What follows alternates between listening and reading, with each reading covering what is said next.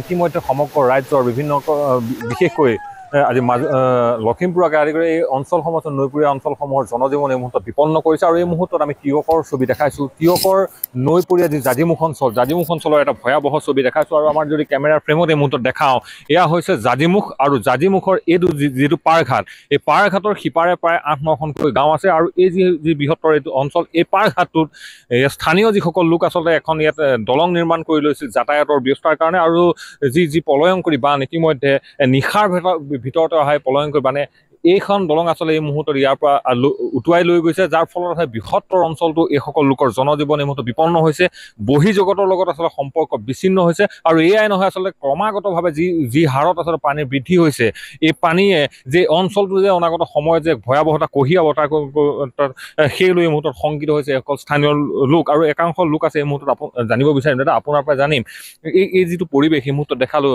যিহেতু যোৱাকালিলৈকে পানী নাছিল, এখন দলং আছিল, আজি ৰাতিপুৱাতে এখন দলং ইতিমধ্যে উটুৱাই নিছে, কি ক'ব এইটো? চাওক, এই দলংখনেই হৈছে এইফালে 8খন গাঁও অহা যোৱা কৰা এটা মানে সুপথ।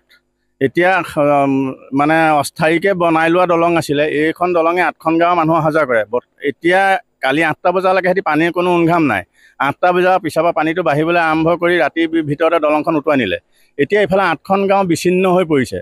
পানী শুকোৱালৈকে সিহঁতি 8খন গাঁও ওলোৱা সোমোৱা কৰিব নোৱাৰে আৰু নাও দুনি লৈ ওলোৱা সোমোৱা কৰিবলৈ হ'লেও পানীৰ যিটো কাৰেণ্ট, এই কাৰেণ্টটোত মানুহ ওলোৱা সোমোৱা কৰিবলৈ সাধ্য নাই আৰু মানুহ কিছুমান লঘোণে মৰিব।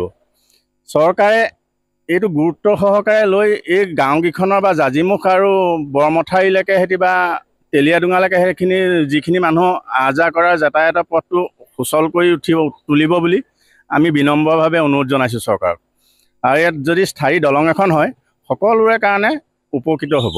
নিশ্চিতভাৱে এই প্ৰসংগটো বাৰে প্ৰতি আহি থাকে, যিহেতু আজি 2টা বছৰৰ আগতে যেতিয়া যোৰহাটত যেতিয়া কেবিনেট হৈছিলে, কেবিনেটত এটা সিদ্ধান্ত গ্ৰহণ কৰিছিল যে জাজিমুখৰ এই পাৰঘাটত এখন স্থায়ী দলং হ'ব। তাৰ পাছত কিন্তু 2টা বছৰ পাৰ হ'ল, কোনো ধৰণৰ কথা নাই। এই মুহূৰ্তত যেতিয়া বাৰিষা আহে, বাৰিষা অহাৰ লগে লগে আকৌ একেখিনি কথাকে আহে। আচলতে কি ক'ব এইটো, কাৰ হেমাহিত এনেধৰণে এই কামখিনি থাকিব? এইটো চৰকাৰৰ হেমাহি বুলিয়ে ক'ব লাগিব। মুখেৰে কয় এটা, হাতে কামে কৰে এটা। কিন্তু দিওঁ বুলি ক'লে এই দলংখন বহুত টকা নালাগে, কৰি দিব পাৰে। কিন্তু ইয়াতকৈ ডাঙৰ ডাঙৰ কামো চৰকাৰে হাতত লৈছে, কিন্তু বানাক্ৰান্ত অঞ্চলৰ মানুহৰ কাৰণে চৰকাৰে চকু নিদিয়ে ইমান। কিন্তু সেইটো চৰকাৰে বানাক্ৰান্ত অঞ্চলৰ মানুহক বেছি গুৰুত্ব দিব লাগে অন্য ছাইডৰ হেৰিয়াতকৈ। এতিয়া নেশ্যনেল হাইৱে বনাই বা বনাই ফ্লাইঅভাৰ বনাই কি লাভ আছে? তাৰ যদি ফ্লাইঅভাৰ এখন যদি এড বনালেহেঁতেন, এই মানুহখিনি সংস্থাপিত হ'লহেঁতেন। সেইখিনি তাত এখন কমাই দিয়াহেঁতেনো কি আপত্তি আছিলে? তাৰ এখন এলা আনিব লাগিছিলে, সেইখনেতো এই মানুহখিনি উপকৃত হ'লহেঁতেন। আৰু সদায় জ্বলা যন্ত্ৰণা এই মানুহখিনিয়ে ভুগি।